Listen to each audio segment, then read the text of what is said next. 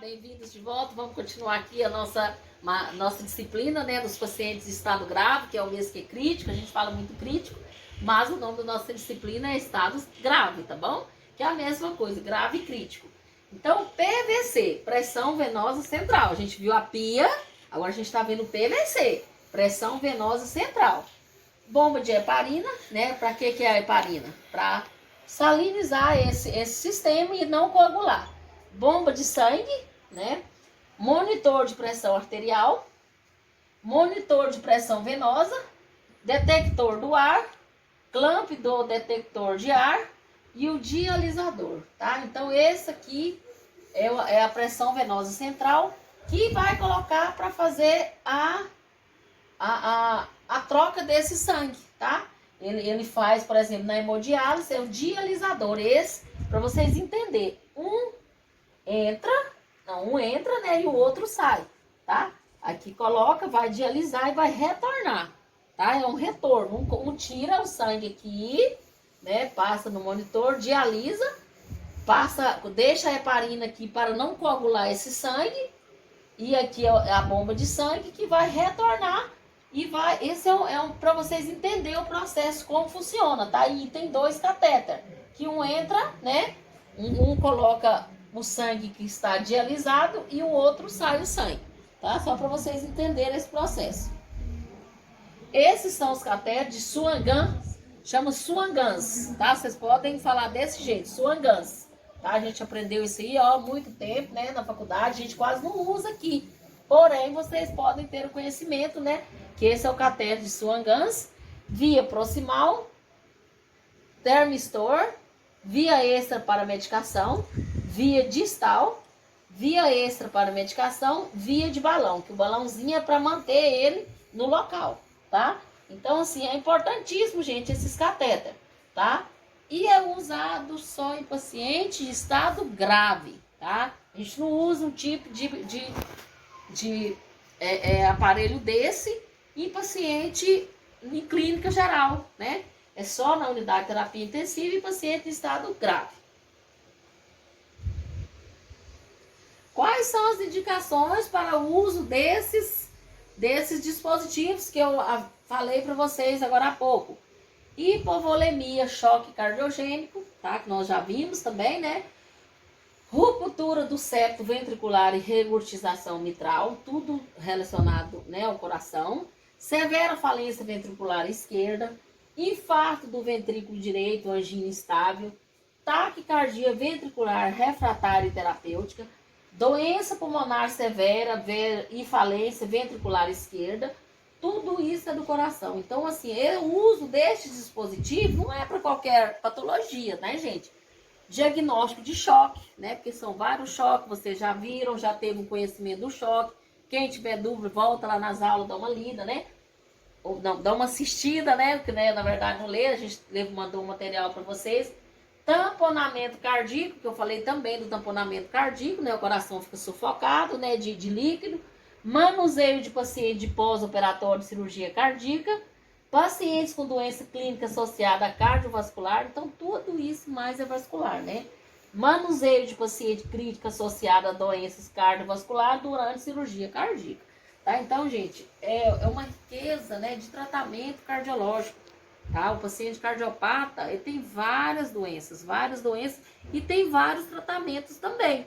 E para ter esses tratamentos, precisa de insumos, de equipamentos, né? E precisa de profissional também capacitado, tá? Então, vocês estão conhecendo, né, a gravidade, né, cardiológica e alguns equipamentos que precisa ser nessas gravidades durante esse tratamento desse paciente grave, tá? Aqui o Swan-Ganz, né, o catéter que nós chamamos. Ele é alojado, né, lá na artéria, lá no coração, ó. Vem lá, geralmente ele é colocado mais aqui na clavícula, na subclávia, né, que a gente chama subclávia. E aí vai lá no coração para a oferta, né, de fazer mensuração, né, de pressão, coletar o sangue para a gasometria, né. Então tudo isso é um recurso para estar acontecendo esse tipo de tratamento. O paciente tem que ficar com a estase jugular também, né? Tem que estar também certinho as medidas. É o tratamento dos pacientes graves na unidade de terapia intensiva. Entrada do catéter, né? Geralmente aqui na subclávia, né? E saída do catéter no coração, tá? Então tem os lumes aqui, ó. Lume médio, né? Distal e proximal, tá? Então são 3 lumes que é esse catéter. A gente chama de lumen mesmo, tá, gente? Lumen. Lumen proximal, lumen mediano e lumen distal, tá? E aí esse catéter, cada um deles vai ter essa função para estar mensurando o que eu falei para vocês. Então, o Swan-Ganz pode provocar atelectasia. É o colabamento dos alvéolos de um pulmão, levando a deficiência de ar ao outro, podendo levar ao pneumotórax, presença de ar na pleura. Então, tem que ter muito cuidado, né? Desviando para o lado de maior pulsão. Isso é atelectasia. Por exemplo, se esse catéter desviar para um lado, né? Vai ter expansibilidade diminuída nas áreas das lesões, percussão maciça ou submaciça nas áreas das lesões, FTV diminuído ou ausente nas áreas das lesões, ausculta diminuída ou ausente nas áreas das lesões. Então, como que vai chegar a esse diagnóstico? Através de ausculta, né? Através de o paciente vai sentir, né? E o médico vai sentir o peito cheio. E o médico vai ter, às vezes, tem até que fazer um procedimento de emergência, que é a drenagem desse ar torácico, tá? Então, assim, esse catéter também só é feito, né, por prescrição, que o médico aqui supervisiona tudo. Os nossos cuidados é igual eu falei, com curativo, retirada de ar, tá? Aqui a PIC, né, a pressão intracraniana, essa que eu falei para vocês, PIC, pressão intracraniana. E tem também, né, um aparelho para medir a monitorização de pressão intracraniana.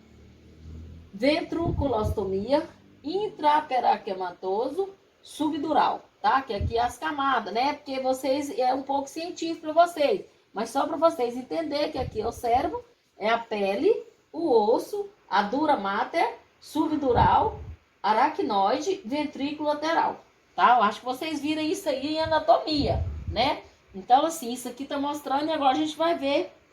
Depois a gente vai ver as pressões. Então, gente, é tipo uma torneirinha, né?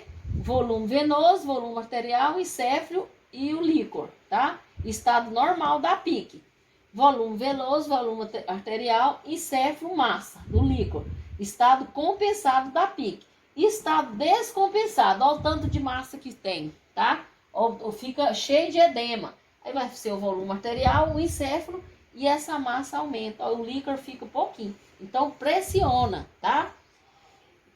Doutrina de Moron-Kelly, mecanismo de compensação intracraniana para uma massa de expansão. Em expansão, o volume do espaço intracraniano se mantém constante. Se houver adição de massa, como um hematoma, então a gente fala que tem uma massa no cérebro. O médico fala isso, vocês vão ouvir isso aí, tá? Um hematoma, o resultado será a expulsão de um volume igual de líquido cefalorraquidiano, né, que é o licor, esse aqui, ó, tá?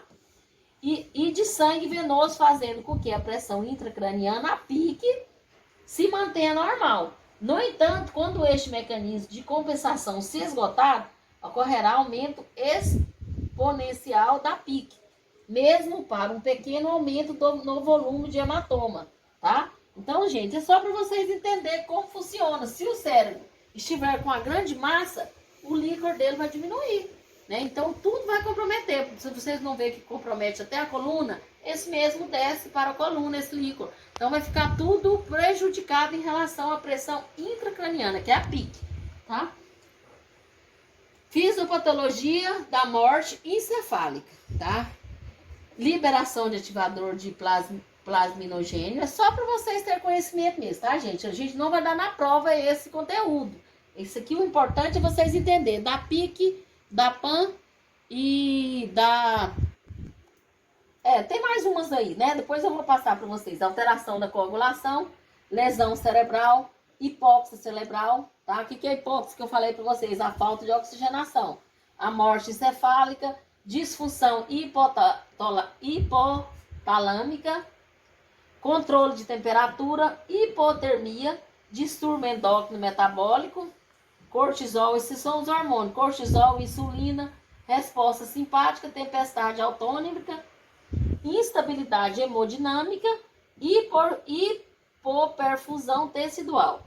Esse esquema demonstrado os múltiplos processos envolvendo a fisiopatologia da morte encefálica. Então, compromete todos estes locais do cérebro, tá? E tudo depende dos hormônios, depende da pressão arterial, depende da temperatura, depende da oxigenação sanguínea, que são parâmetros que vocês conhecem. E aí, quando chega no cérebro, e se não estiver funcionando, vai desenvolver essa morte encefálica, tá? Então é um pouco científico, mas porém o que eu quero que vocês entendam é sobre esses recursos que temos de tratamento dentro da unidade de terapia intensiva com esses pacientes graves, tá? Porque o paciente grave evolui para uma morte encefálica, evolui para uma hipóxia, né? Então isso que eu quero que vocês entendam, tá bom? Por hoje é só, tá? Hoje é segunda-feira, né? Até as próximas aulas, né? Na quarta-feira.